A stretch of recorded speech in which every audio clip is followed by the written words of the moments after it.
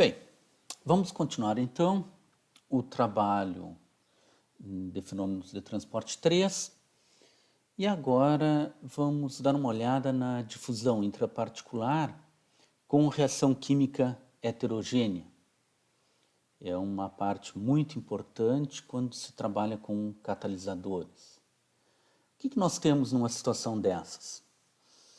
O sólido poroso agora, ele apresenta uma área interna numa ordem de 30 metros quadrados por grama ou superior. Então, isso significa que essa sua área interna ela é maior do que a sua superfície externa. O que isso mostra para nós? Que a espécie A, né, a espécie reativa, penetra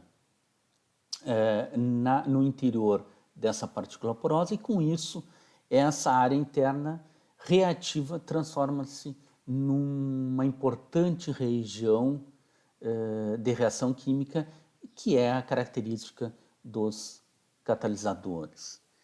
Considera-se que o soluto, depois de atingir a superfície da partícula, difunda no interior da partícula, né, no interior do catalisador, para depois, então, ocorrer a reação química no interior, aí, nos sítios ativos.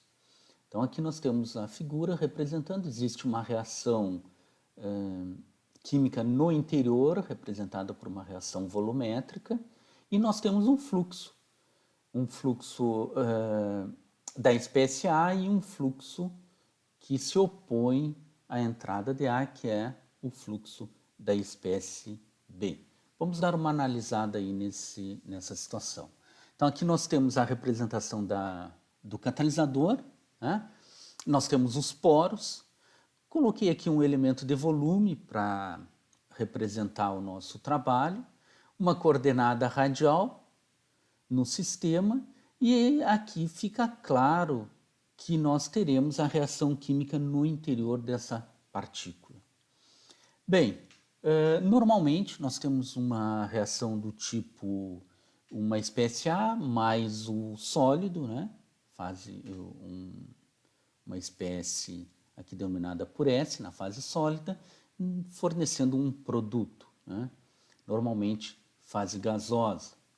O termo reacional, então, ele é representado como uma reação heterogênea, mas essa reação ocorrendo na superfície dos sítios ativos do catalisador.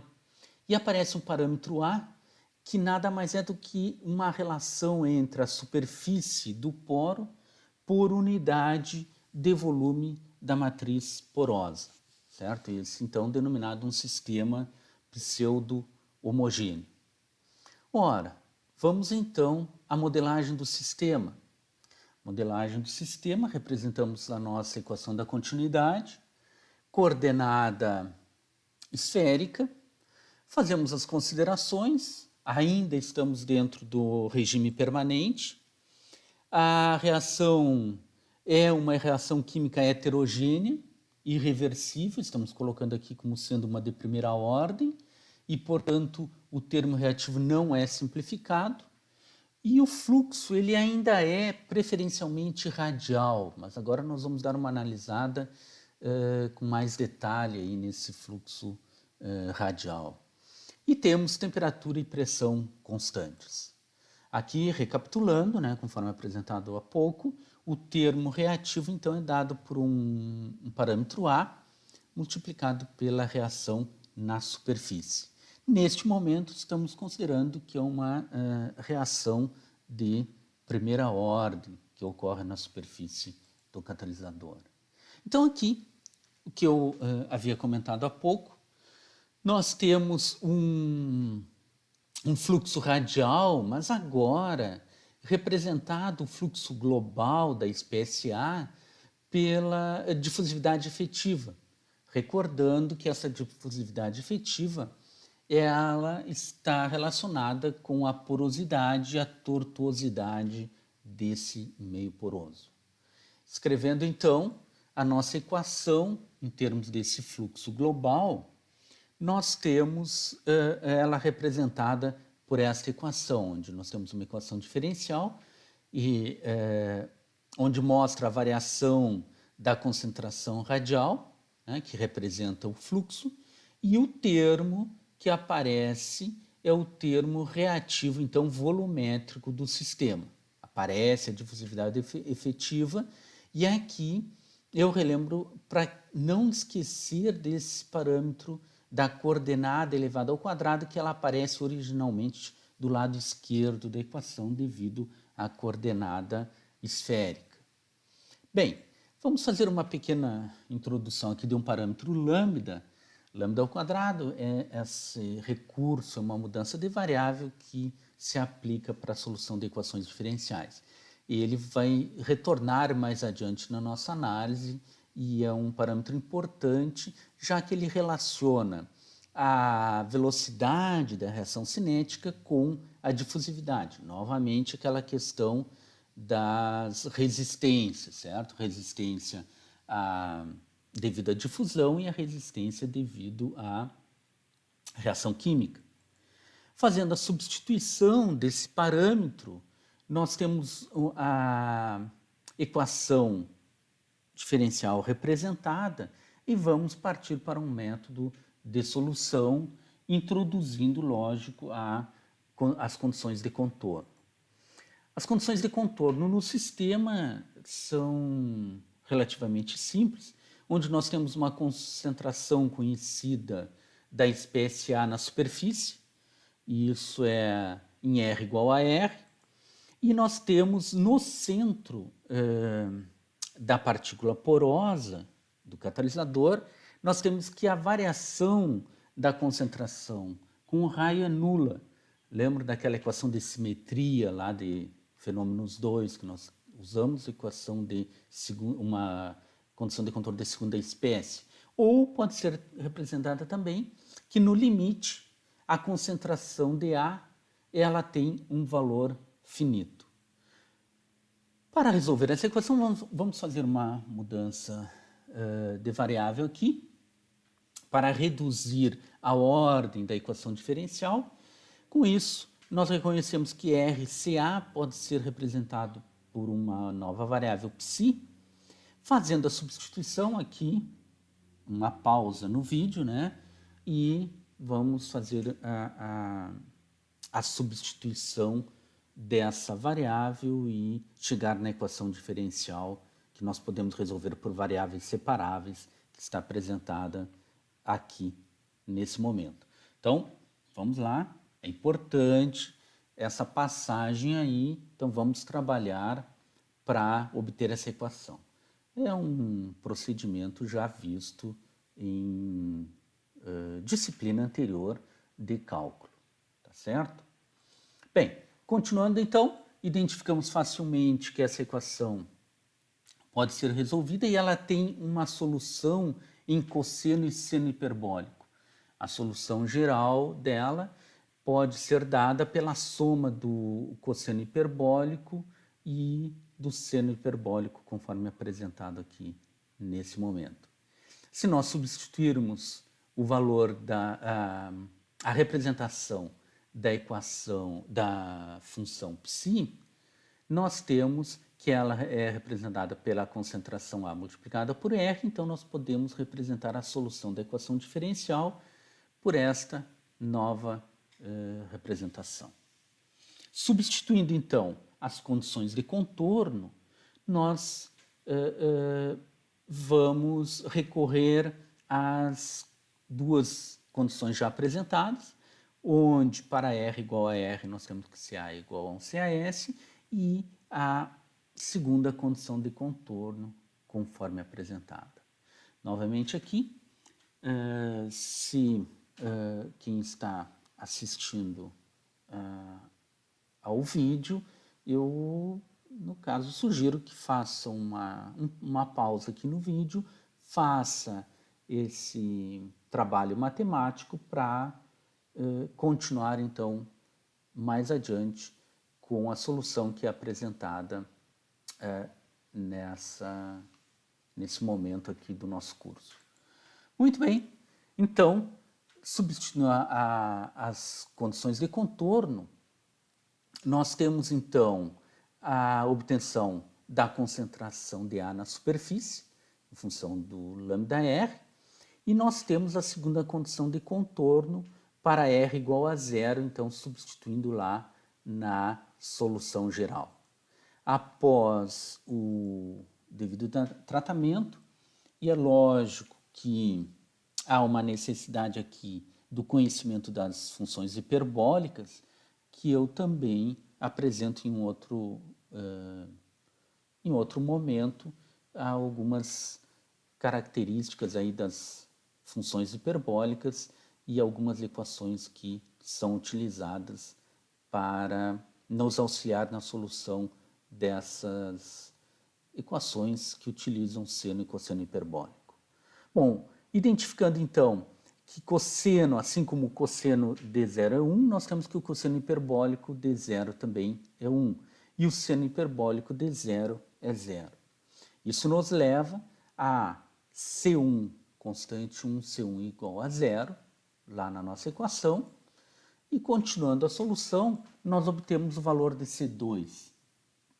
Assim, então, nós temos que a solução particular, então, para a variação da concentração no interior dessa partícula, quando sujeita a uma reação heterogênea, né, no interior dessa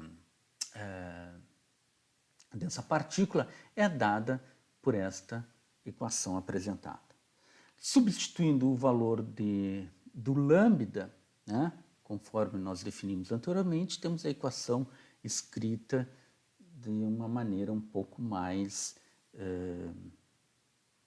definida, onde nós percebemos que o perfil ele é uma função justamente da velocidade da reação que ocorre no interior da partícula, assim como da difusividade, que é a facilidade ou é uma maior dificuldade que terá a espécie A de se difundir no meio, e essa difusão função da porosidade e também da tortuosidade que é obtida lá no caso do catalisador que nós estamos trabalhando.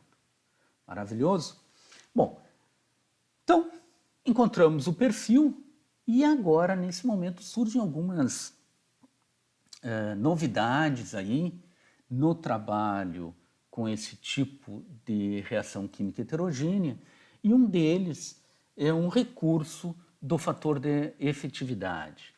Esse fator de efetividade, ele é uma análise do efeito que a taxa de matéria, né, esse movimento da matéria exerce na taxa da reação dentro da partícula, né? Ele é definido como sendo a razão entre uma taxa real de reação química, dado por RSG, e a taxa de reação baseada nas condições da superfície externa da partícula, isto é, como se a reação ocorresse na superfície de uma partícula, tá certo? O que isso significa? Que aquela área ativa existente no interior do catalisador, por exemplo, ela está totalmente exposta a uma região reativa, certo? Muito bem, então temos a efetividade fornecida e o cálculo dessa taxa real de reação química é dada então pela igualdade da taxa, né, com o fluxo, certo? Representado pela variação da concentração na posição R igual a R. Isso aqui nada mais é do que o perfil, sim, o perfil que nós obtemos experimentalmente, certo? E esta parcela da equação é aquela identificação que o R ao quadrado multiplicado pelo fluxo é constante, sim? Então, isso nos leva ao cálculo da taxa real da reação química. Perfeito? Continuando aí, se nós analisarmos, então, essa partícula, voltamos lá à nossa representação, nós temos aqui a taxa real representada. Ora, essa taxa real é aquela que ocorre na posição R igual a R, levando em consideração o que? A difusividade, o perfil de concentração que nós obtivemos anteriormente, né, na modelagem, e esta igualdade representada pelo fluxo e multiplicado pela área superficial da partícula. Essa é a representação da taxa real.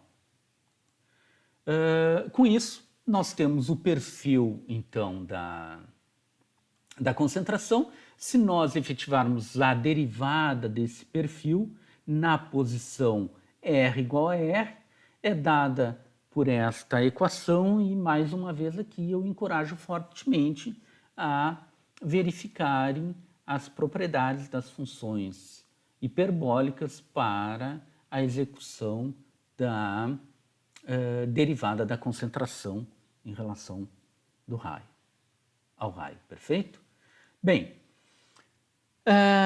aquela efetividade, então, para nós obtermos a equação da efetividade, é necessário, então, a necessidade do cálculo da taxa, né, como se a área reativa fosse aquela existente da área formada no interior do catalisador.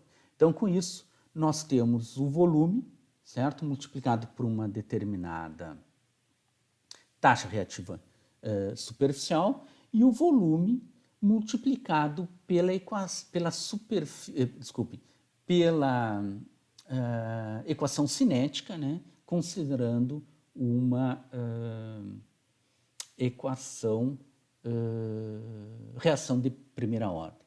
Então, observe aqui que nós temos uma reação na superfície, sim, que ocorre levando em consideração o volume global da partícula, certo? Esse 4/3 de πr ao cubo é o volume da partícula, sim?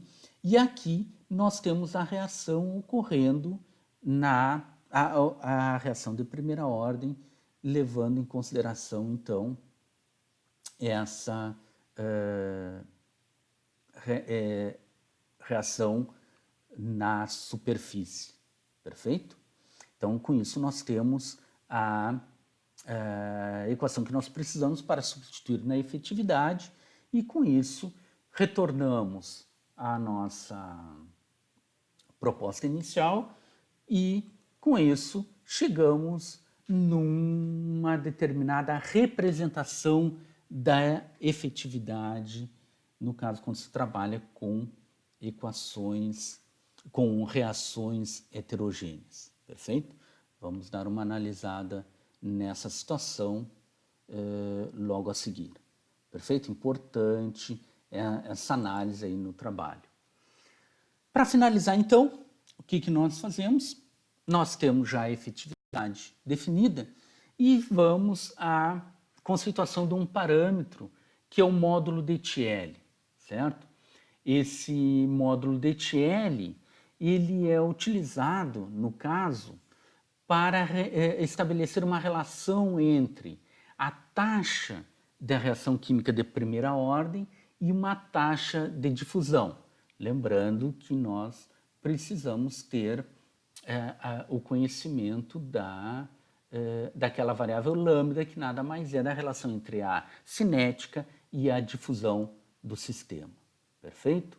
Bom, existe um parâmetro que multiplica o lambda no módulo de Thiele, né, que é dado um determinado raio generalizado. Lógico que nesse primeiro momento nós fazemos uma análise desse raio generalizado para uma partícula esférica. Mas, se essa partícula não é esférica, a definição dele nada mais é do que o volume da partícula dividido pela sua área superficial. Perfeito? Particularizando para a esfera, nós podemos, então, substituir esses valores, né, na definição do módulo DTL e temos o perfil, então, da concentração para um catalisador esférico representado em função deste módulo DTL. Já vai ficar claro o motivo de fazermos esse trabalho. Ora, qual é o motivo? O motivo é que esse módulo DTL ele é extremamente muito utilizado nos trabalhos com catalisadores, né?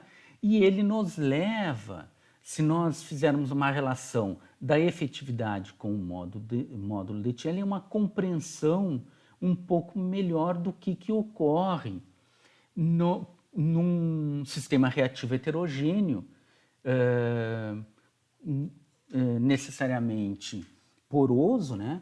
Quando trabalhamos com catalisadores, e ele nos aponta o que seria um catalisador com uma grande área reativa, né? Ou catalisadores que nós denominamos muito ativos.